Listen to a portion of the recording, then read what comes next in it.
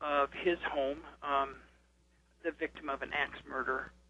He was his murderer, confessed murderer, was arrested a month later. Who was a young homeless man that Mike Webb had befriended, and so that was went through all this, and the young man has not had a trial set yet, but I will cover that trial as well. Yeah, and there was some paranoia on his part, really. I mean, towards the end of his life, he was convinced that the right wing people. He had some mental problems. Yeah, I mean, it's he spun out on in his trial, his original trial, he spun out in front of the jury, and it got called a mistrial, and he went into mental treatment for 30 days or something. All right, I want to talk. Bradley Marshall was his original attorney, and he is being disbarred on a completely other.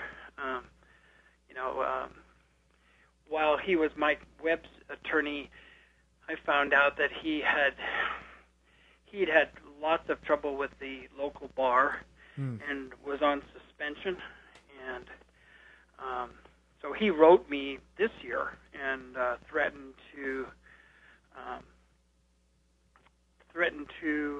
sue me, but he was suspended. He wasn't even an attorney, and so that. Just an interesting story, a very interesting story. Yes. Listen, I want to talk about some of the current events that your site is covering now. Your site is one of the many sites reporting about this Barack the Magic Negro song controversy. And you ask, will talk radio change to save the GOP? What do you mean by that? Are you saying that this will force the talking heads on the airwaves to be more sensitive to African Americans, and therefore the politicians will follow? No, I think the Republican Party would like it the other way around. I think they're pretty embarrassed by this.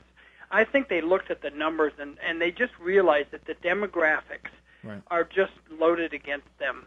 They've been playing this politically incorrect, this racist backlash vote for ever since they started the Southern strategy back, Lee Atwater and Richard Nixon. Right. And it's finally come home to roost, in my opinion. But, this guy, mailed this obnoxious tune, which, it made headlines back in the summertime when Rush Limbaugh played it. Right. But nobody paid that much attention to it. But now the Republicans, they just realize, the people of color, whether they're Latinos, blacks, and other, minorities. I mean, even gay people have, 4 or 5%. There's just all these people that have been abused and ignored by the Republican Party for 40 years are now making themselves into a considerable voting bloc, and the Republicans are, are just losing. Well, so if the Republican changes, what my point was, the Republican Party can change its message, but will talk radio, since talk radio's objectives are different than the Republicans. The talk radio is an entertainment medium that wants to get earballs. It wants reaction and ratings. Number one, and their political agenda is down the list. Most of them really don't care. They would do liberal radio if it's sold, Right. So maybe there's a kinder and gentler Republican Party coming up, but can they control the mouthpiece that they've developed over all these years? I don't think so. Well, Mort Kondracki had a very good point. The first thing the Republican Party has to do is stop listening to Rush Limbaugh, and he's absolutely correct. Who said that? Mort Kondracki. Oh, right. Well, they're not gonna. Well, a lot more than Republicans listen to him too. Now, when it comes to Republican and conservative talk radio, I think what we're going to see is in 2009, we're seeing these politicians now jumping into the fray. I mean, everybody from Fred Thompson to Rudy Giuliani to Mike Huckabee. Will these people last? Oh, it'll depend. They're all different. Fred Thompson, everyone thought he would be this incredible Reagan-esque candidate. He was an actor and easygoing, and he was terrible. He was a stuttering, hesitant on the stump. He wasn't very good at all, kind of slow moving and so on. I don't know that would translate to radio. The first thing is you need to rile up listeners and get them to call you. That is the objective of talk radio. And if you can't do that, that's a problem. Rudy,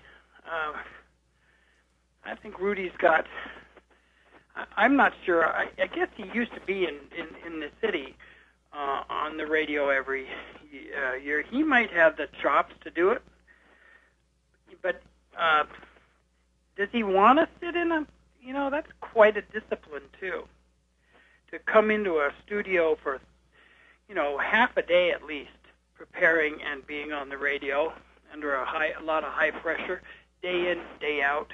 You've got to really want to do that. And somebody like Rudy, who makes his money in a lot of other ways, and a lot of money too, may not want to stick with something like that. Huckabee, on the other hand, is running for president. Giuliani may too, but Huckabee is running for president, and he is he might do, there's a time limit on how long he's on the radio too, if that's what he's doing. Last thing here. He's a natural. Yeah, he's got his Fox News show, and I don't like Huckabee, but, he is charismatic, he is a good communicator, so he might last in that industry. Yeah. Well, he's got that thing about being likable. Yeah. And the Republicans sorely need a likable candidate. Right. They thought they had one, and then, McCain had to play to the right, so he became snarly. Now, last thing here before we wrap it up, I want to talk about this whole Blagojevich thing. Have the right-wing talk show hosts stopped trying to link Obama to this at this point? Well, we'll see. Talk radio has kind of been, because of the holidays, has been with a lot of fill-ins and, it's kind of a lot of best-of shows and stuff. Well, it'll be interesting to see what happens next week, whether it is. They would love anything. Yeah. To do. I saw O'Reilly on Wednesday, and he was still flogging it. Oh God.